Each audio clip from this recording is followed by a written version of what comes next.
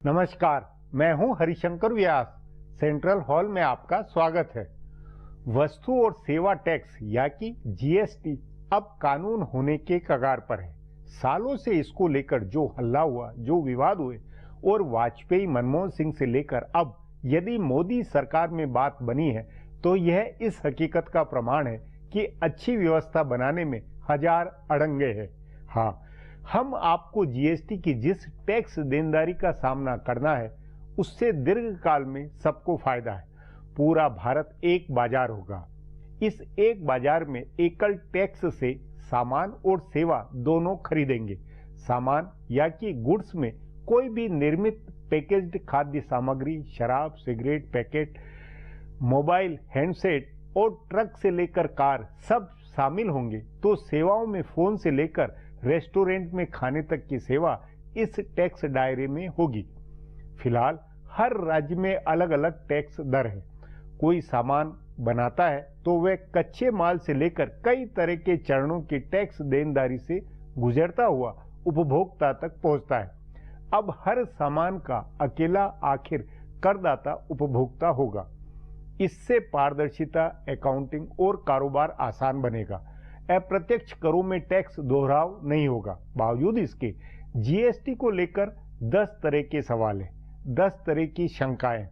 अभी तक राज्यों ने अपने हितों, राजनीतिक दलों ने अपने स्टैंड से जीएसटी पर बवाल किया।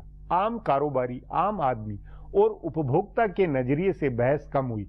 कईयों को शंका है कि इससे उल्टे अधिक रिकॉर्ड रखना होगा, ज्यादा रिटर्न सरकारी दफ्तरों को देने होंगे, हिसाब रखने का झमेला बढ़ेगा। आम कारोबारी और आम उपभोक्ता की कसौटी पर कराधान व्यवस्था आसान होनी चाहिए। कईयों का मानना है कि जीएसटी से आर्थिकी का रंग ढंग बदलेगा, एक झटके में विकास की रफ्तार में तेजी संभव है। अभी देखना है कि संसद की प्रक्रिया के बाद बाकी कार्रवाई में कितना वक्त लगता है। फिलहाल यह समझने वाली बात है कि रोजमर्रा की जिंदगी में जीएसटी के क्या अर्थ है। आज इस पर चर्चा है, मगर उससे पहले गपशप और खास सुर्खियां हैं। शुरुआत सियासी गपशप से करते हैं।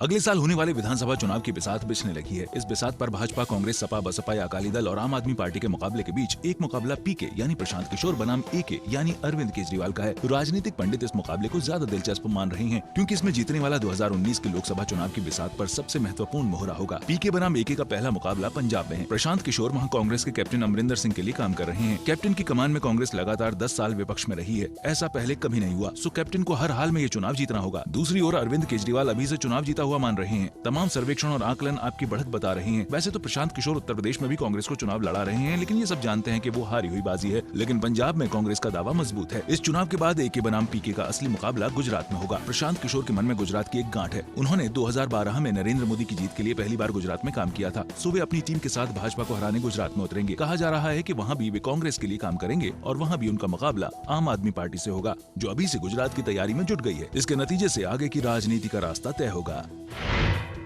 कांग्रेस पार्टी के सारे नेता नदारद हैं। देश भर में दलित चेतना का उभार आया है और इसके बीच कांग्रेस के दलित चेहरे कहीं दिखाई नहीं दे रहे। ले देकर कांग्रेस पीएल पूनिया से काम चला रही है। दलितों पर अत्याचार के मामले में पूनिया ने ही प्रेस कॉन्फ्रेंस करके कांग्रेस की ओर से सवाल उठाए। कांग्रेस की ओर से कहा जा रहा है कि चूंकि उत्तर प्रदेश में चुनाव है, इसलिए वहां के दलित चेहरे को आगे किया जा रहा है। लेकिन असल में कांग्रेस की दलित राजनीति इन दिनों पटरी से उतरी हुई है। दलित प्रकोष्ठ के प्रमुख और राहुल गांधी के करीबी के राजू इन दिनों नाराज है। राज्यसभा नहीं मिलने से नाराज राजू ने अपने को अलग किया हुआ है। राहुल ने दलित राजनीति का पूरा जिम्मा राजू को सौंप रखा था, इसलिए दूसरे नेताओं को समझ नहीं आ रहा है कि कैसे आगे बढ़े। यूपीए की सरकार के समय कांग्रेस के 2 दलित चेहरे सबसे प्रमुख थे, एक मीरा कुमार का और दूसरा सुशील कुमार शिंदे का। इस साल राज्यसभा के 2 वार्षिक चुनावों में शिंदे को राज्यसभा में लाने की चर्चा थी, लेकिन कांग्रेस आलाकमान ने पी चिदम्बरम को महाराष्ट्र से राज्यसभा में भेज दिया। मीरा कुमार को भी राज्यसभा में लाने के बारे में विचार नहीं हुआ, इसलिए इन दोनों नेताओं ने अपनी भूमिका सीमित कर ली है। तभी कांग्रेस ने पीएल पूनिया को आगे किया है, लेकिन यूपी के नेताओं का मानना है कि वे मायावती के मुकाबले बहुत प्रभावी नहीं होंगे।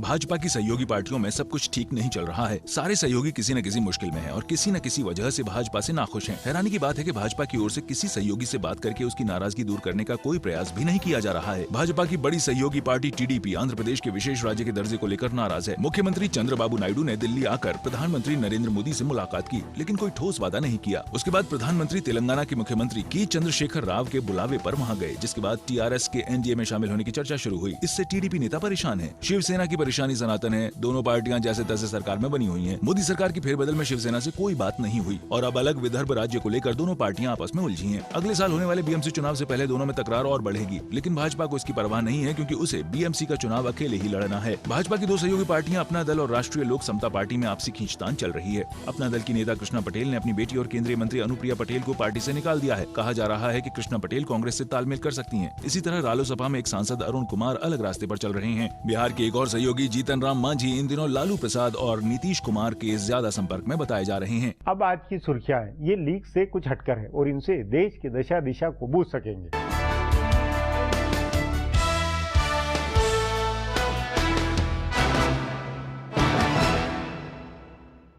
प्रधानमंत्री नरेंद्र मोदी ने भारत के महान क्रांतिकारी चंद्रशेखर आजाद की जन्म स्थली मध्य प्रदेश के भाभरा गांव में पहुंचकर 70 साल आजादी याद करो कुर्बानी कार्यक्रम की शुरुआत की और देश पर कुर्बान होने वाले इस महान क्रांतिकारी चंद्रशेखर आजाद को श्रद्धांजलि दी। इस मौके पर प्रधानमंत्री नरेंद्र मोदी ने अपने भाषण में देशभक्ति, राष्ट्र प्रेम के साथ साथ देश के मौजूदा हालात पर भी अपनी बात रखी। मोदी ने कहा कि हमारा झंडा हमें भारत के भविष्य को बदलने के लिए प्रेरित करता है और हम लोगों को देशभक्ति की भावना को जगाता है। प्रधानमंत्री मोदी ने कश्मीर के मौजूदा हालात का जिक्र करते हुए कहा कि हम कश्मीर में शांति की अपील करते हैं। जिन युवाओं के हाथ में लैपटॉप होने चाहिए थे, उन्हें पत्थर पकड़ा दिए गए। मोदी ने कहा कि कश्मीर अमन चाहता है, अपनी जिंदगी जीने के लिए कश्मीर जिस तरह की मदद चाहता है, केंद्र सरकार उन्हें मदद देने को तैयार है। उन्होंने कहा कि वो कश्मीर में विकास चाहती हैं। कश्मीर में केंद्र शासित सरकार हो या महबूबा जी मुख्यमंत्री हों, हम हर परेशानी का रास्ता विकास से ढूंढना चाहती हैं। मोदी ने कहा कि जो आजादी हिंदुस्तान में है, वैसी ही आजादी कश्मीरी आवाज भी महसूस करे। हम चाहते हैं कि हर कश्मीरी का भविष्य उसी तरह से चमकता हुआ होना चाहिए जैसा भारत के हर युवाओं का है। मोदी ने कहा कि हम अटल बिहारी की इंसानियत के अनुयायी हैं। मैं सुनिश्चित करूंगा कि इंसानियत को नुकसान न पहुंचे।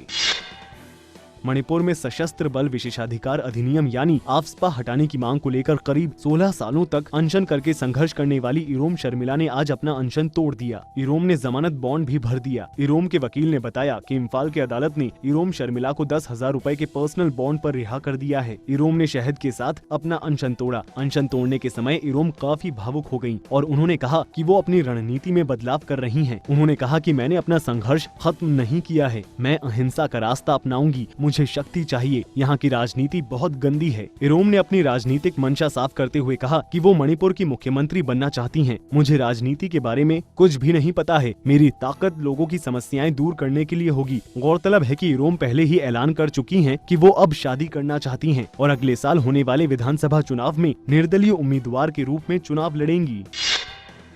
राज्यसभा में विपक्षी पार्टियों की मांग को स्वीकार करते हुए सरकार ने कश्मीर की स्थिति पर बुधवार को सदन में चर्चा कराए जाने पर सहमत हो गई है और केंद्रीय गृह मंत्री राजनाथ सिंह ने जटिल मुद्दे के हल में सभी पार्टियों से सहयोग मांगा है। आज शून्यकाल में कांग्रेस समेत अन्य दलों ने कश्मीर में 1 महीने से जारी कर्फ्यू पर चिंता जताई और पैलेट गन के इस्तेमाल पर भी रोक लगाए जाने की मांग की। विपक्षी पार्टियों ने इस मसले पर सर्वदलीय बैठक बुलाने और संसदीय प्रतिनिधिमंडल कश्मीर भेजने की भी मांग की। इससे पहले विपक्षी पार्टी कश्मीर की स्थिति पर आज ही सदन में चर्चा कराए जाने की मांग कर रहे थे। वहीं सरकार इस पर कल चर्चा कराए जाने के पक्ष में थी। कश्मीर मुद्दे पर बहस कराने को आज और कल के खींचतान के बीच कांग्रेस नेता गुलाम नबी आजाद ने इस पर कल सुबह चर्चा कराए जाने का सुझाव दिया, जिसे गृह मंत्री राजनाथ सिंह ने स्वीकार कर लिया। आज लगातार 32वें दिन भी कश्मीर के कई इलाकों में कर्फ्यू लगा रहा।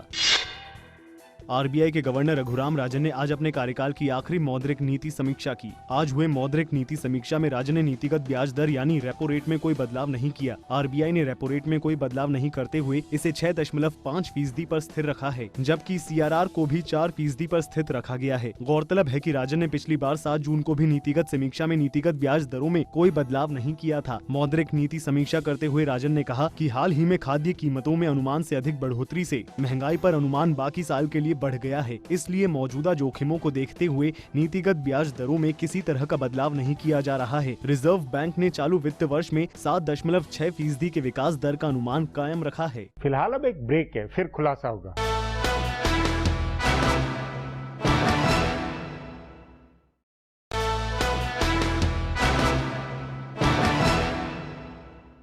वस्तु और सेवा टैक्स या कि जीएसटी की संसद में सहमति मील का पत्थर है।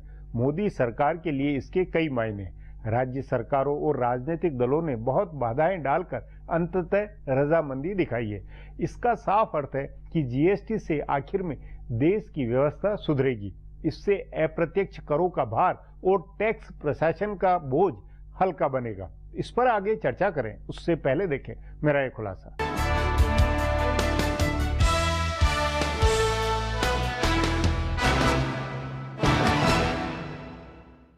संसद के दोनों सदनों ने जीएसटी बिल के लिए लाए गए संविधान संशोधन बिल को मंजूरी दे दी है।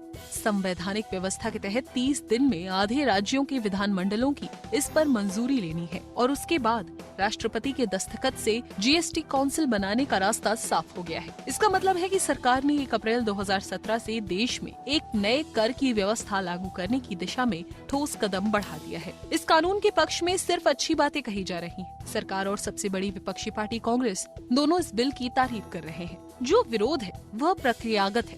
मसलन इस बात को लेकर विवाद है कि कर की दर क्या होगी। सरकार के मुख्य आर्थिक सलाहकार ने 17 से 19% कर की दर रखने का सुझाव दिया है। इस पर कांग्रेस का कहना है कि कर की दर को 18% पर फिक्स किया जाए। लेकिन जीएसटी पर विचार कर रही अधिकार प्राप्त समितियों में शामिल राज्यों के वित्त मंत्री कर की दर ऊंची रखने के पक्ष में है ताकि ज्यादा राजस्व हासिल किया जा सके। जीएसटी काउंसिल को इस बारे में फैसला करना है। कहा जा रहा है कि इसमें आम लोगों पर बोझ कम हो जाएगा, कारोबारियों का झमेला घट जाएगा और केंद्र व राज्य सरकारों का राजस्व बढ़ जाएगा। प्रधानमंत्री ने तो एक कदम आगे बढ़कर कहा है कि अब देश में कर आतंकवाद खत्म हो जाएगा, भ्रष्टाचार रुक जाएगा, काले धन की अर्थव्यवस्था पर लगाम लग जाएगी क्योंकि जीएसटी आने के बाद कच्चा बिल पूरी तरह से बंद हो जाएगा। वित्त मंत्री ने भी लोकसभा में चर्चा के दौरान कहा कि सरकार इस बिल के जरिए लीकेज और करप्शन दोनों रोक देगी। इससे अपने आप राजस्व बढ़ जाएगा। तभी यह सवाल उठा है कि क्या सरकार का राजस्व बढ़ेगा तो वह इसका फायदा आम लोगों को देगी।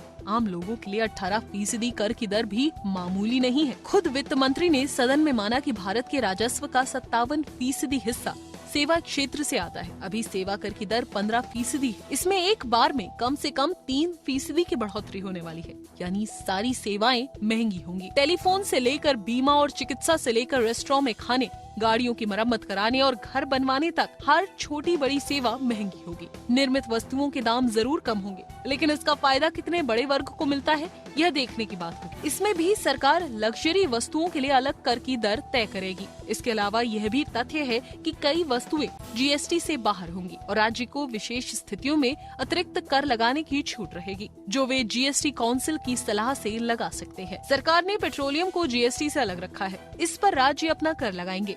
अगर पेट्रोलियम उत्पाद सस्ते नहीं होते हैं तो इसका असर सभी वस्तुओं और सेवाओं की कीमतों पर पड़ेगा। शराब को भी जीएसटी से बाहर रखा गया है। इसके अलावा बाढ़, सूखा या किसी प्राकृतिक आपदा की स्थिति में राज्य अलग कर लगा सकते हैं। बहरहाल जीएसटी से कुछ चीजें सस्ती होंगी और कुछ महंगी होंगी। आम लोगों को तत्काल बहुत फायदा नहीं है, लेकिन सरकार का राजस्व बढ़ा तो जनहित के काम भी ज्यादा होंगे। अब एक ब्रेक है, उसके बाद जीएसटी पर चर्चा करेंगे।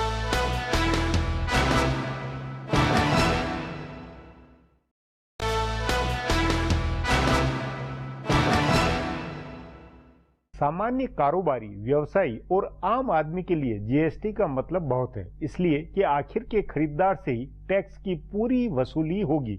उस नाते निर्मित सामान और सेवाओं पर टैक्स का आज जो भार है वह घटेगा या बढ़ेगा, इस बारे में अगले साल अप्रैल के बाद स्थिति साफ होगी। इस पर चर्चा के लिए आज मेरे साथ आर्थिक मामलों के जानकार आनंद प्रधान है।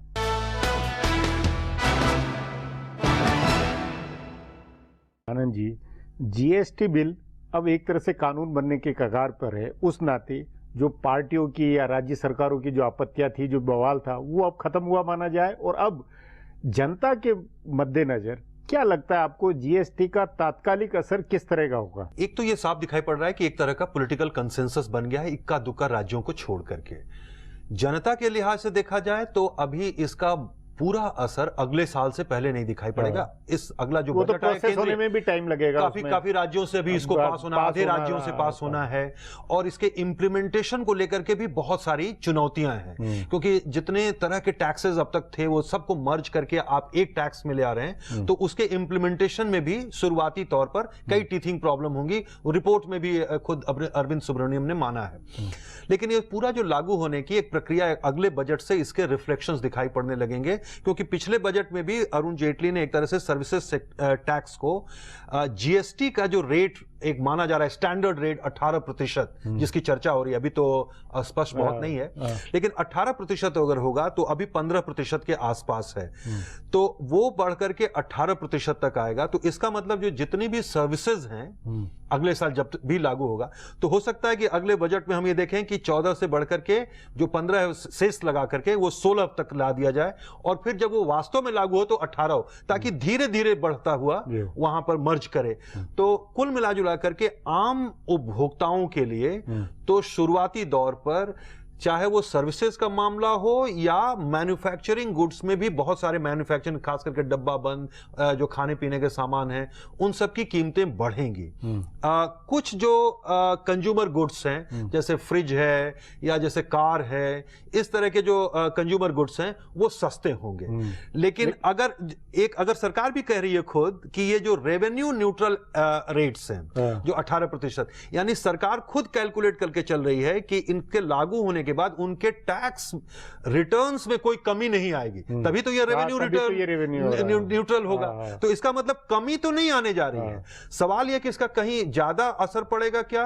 तो हां, सर्विसेज के सेक्टर में ज्यादा पड़ेगा, और 3, 4, 5 सालों में जब ये सारे रेट्स नॉर्मलाइज हो जाएंगे तब शायद लोगों को एक हद तक राहत मिलेगी। लेकिन तत्काल तौर पर ऐसी राहत की कोई लेकिन इसमें कारोबारियों को, व्यापारियों को, इनको फायदा है या नहीं? सुविधाजनक बना या नहीं? क्योंकि एक बाजार बनने के 10 तरह के दूसरे फायदे हैं। निश्चित तौर पर इससे खास करके इंडस्ट्री को और कारोबारियों को, माने इन सबसे ज्यादा इंडस्ट्री को, क्योंकि एक कॉमन मार्केट होने से उनके लिए निश्चित तौर पर जो जितने तरह के टैक्स अथॉरिटीज से उनको डील करना पड़ता था, उसमें जितना करप्शन था, एक तरह की ब्यूरोक्रेसी थी, उस सबसे तो एक राहत मिलेगी। लेकिन महंगाई का अगर खतरा है तो विकास दर में इसके कारण कुछ बढ़ोतरी हो सकती है, ये संभावना, ये बात कितनी सही होती लगती है? निश्चित तौर पर, क्योंकि जब अगर आप ज्यादा लोगों से वसूलेंगे तो वो सिस्टम में आ रहा है, तो उससे तो आपके गुड्स और सर्विसेज की जो कीमतें बढ़ रही हैं उससे तो आपकी जीडीपी बढ़ रही है।